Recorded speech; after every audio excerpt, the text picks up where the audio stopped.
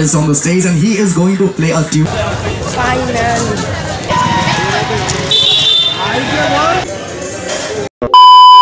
Hello and welcome back to my channel guys and শুভ সপ্তমীর দিন আমার মা বাবার সাথেই বেরোনোর প্ল্যান ছিল, বাট বাবার শরীরটা ভালো না থাকায় বাবা বাড়িতে রেস্ট করে আর মা আর আমি তাই বেরাই। মা আর আমি তাই ঠিক করি বেশি দূরে না গিয়ে কাছাকাছির মধ্যেই ঠাকুর দেখতে, যাতে তাড়াতাড়ি বাড়ি চলে আসতে পারি। আমরা ঠিক করি আমরা বোসপুকুর রাজডাঙ্গা ওই দিককার ঠাকুরগুলো দেখবো, তো যথারীতি বাসে উঠে পড়ি অ্যান্ড তারপরে বাস থেকে নেমে আমরা রাজডাঙ্গার প্যান্ডেলে ঢুকি। রাজডাঙ্গার প্যান্ডেল ঢোকার আগে এই ছোট্ট প্যান্ডেলটা দেখে নিয়ে আমরা, এখানেও কিন্তু ঠাকুরটা খুব সুন্দর হয়েছিল।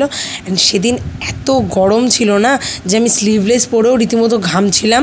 রাজডাঙ্গায় কিন্তু একদম লাইন ছিল না, ফাঁকা ফাঁকায় আমরা ঠাকুরগুলো দেখতে পেরেছিলাম। আর পুজোর সময় না আমার একদিনও বাড়িতে থাকতে ইচ্ছা করে না। ছোটোবেলা থেকে আমার মা বাবা আমাকে এমনই অভ্যাস করিয়ে দিয়েছে না, ডেলি ঠাকুর দেখতে নিয়ে গিয়ে আমার এখন অভ্যাসটাই রয়ে গেছে যে আমার একটু বাড়িতে বসলে পুজোর সময় শরীর খারাপ লাগতে শুরু করে।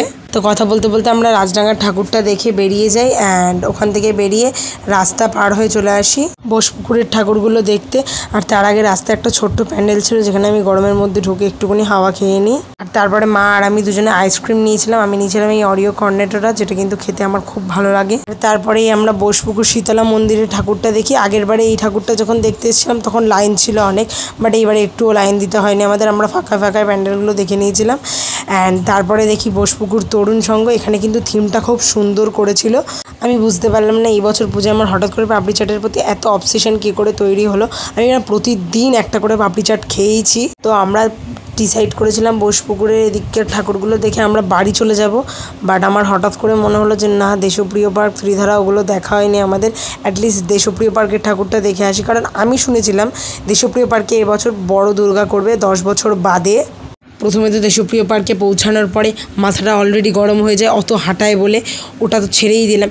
তারপরে আমি যখন প্যান্ডেলে ঢুকলাম আমি দেখলাম আমি ধোঁকা পেয়েছি। আমি একা না, আমার মতো এরকম অনেকে এই ধোঁকাটা পেয়েছে। কারণ আমরা এরকম অনেক ভিডিও দেখেছি রিলসে, ইনস্টাগ্রামে, যে এই বছর নাকি 10 বছর বাদে আবার বড় দুর্গা করা হচ্ছে, বাট না, ওরা আগে থেকে বৃষ্টির আভাস পেয়েছিল, সেই জন্য ওরা নৌকার প্যান্ডেল করেছিল। তখন ভাবলাম কি আর করবো, যে প্যান্ডেল করেছি সেটাতেই যাই। অ্যান্ড সেটাও কিন্তু অনেক ভালো হয়েছিল। প্যান্ডেলটা কিন্তু দেখতে অনেক সুন্দর লাগছিল, আর সাথে কিন্তু মায়ের প্রতিমাটাও দেখতে অনেক মিষ্টি ছিল। তো ওই প্যান্ডেল থেকে বাইরে বেরোতে আমরা বাস পেয়ে যাই অ্যান্ড আমরা বাস ধরে চলে আসি সিংহবাড়িতে। আর আমরা নামার পরে এই বেঙ্গলি ধাবাটায় ঢুকি।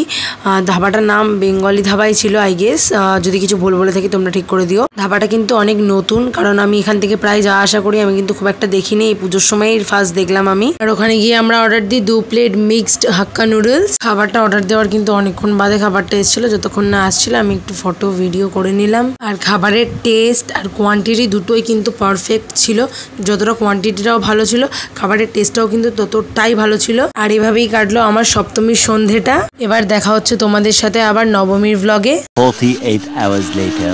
শুভ নবমী সবাইকে গাইস। যেহেতু সপ্তমীর দিনের ব্লগটা অনেকটাই ছোট ছিল, সেই জন্য সপ্তমী আর নবমীর দুটো ব্লগ একসাথে কোলাজ করে দিলাম আমি। এটা ছিল নবমীর দিনের ব্লগ। ঘড়ির কাটায় তখন বাজে মোটামুটি 4টের কাছাকাছি। এবারে পুজোতে মাত্র একদিন আমি বা আমার দুজনের সাথে একসাথে বেরাতে পেরেছিলাম। তাহলে প্রতি বছর আমি ডেলি মা বাবার সাথেই বেরাই, মানে মোটামুটি সপ্তমী থেকে তো দশমী অবধি মা বাবার সাথেই বেরাই। বাট আমার না এই বছরের পুজোটা সব বছরের পুজোর থেকে সব থেকে বেশি ভালো কেটেছে। এই বছর পুজোয় না আমি অনেক ঘুরেছি, অনেক মজা করেছি। যেমন বৃষ্টি এই বছর হয়েছিল কলকাতায় পুজোর আগে, তো ওতে তো আমি আশাই ছেড়ে দিয়েছিলাম যে এবছর পুজোয় আমি ভালো করে ঘুরতে পারবো বলে। বাট কথায় আছে না, ভগবান যা করে ভালোর জন্যই করে, সেটাই ঠাকুরের আশীর্বাদে আমার এই বছরের পুজোটাই সব থেকে বেস্ট কেটেছে। অনেক বক করে ফেললাম। তো নবমীর দিন আমরা গেছিলাম ফার্স্টে ত্রিধারার ঠাকুরটা দেখতে, কারণ গড়িয়াহাটের চত্বরে মোটামুটি বাকি ঠাকুরগুলো দেখা হলেও আমার ত্রিধারাটা দেখা হয়নি, আর মা আর বাবার কারোরই দেখা হয়নি।